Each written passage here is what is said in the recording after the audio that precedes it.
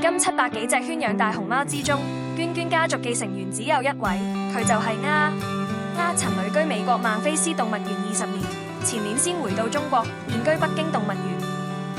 鴉可以講係北洞嘅原居民，佢嘅祖先可追溯至娟娟。娟娟係鴉嘅外曾祖母，生於野外。1972年喺四川寶興縣被發現，隨後被送到北洞。娟娟喺北洞誕下6胎11仔，只有2個女兒成活並活至成年，分別係元晶同丹丹。元晶就係全球第一隻人工受精繁殖成功嘅大熊貓，元晶終身都冇生育。丹丹只有1個女兒，叫做樂樂。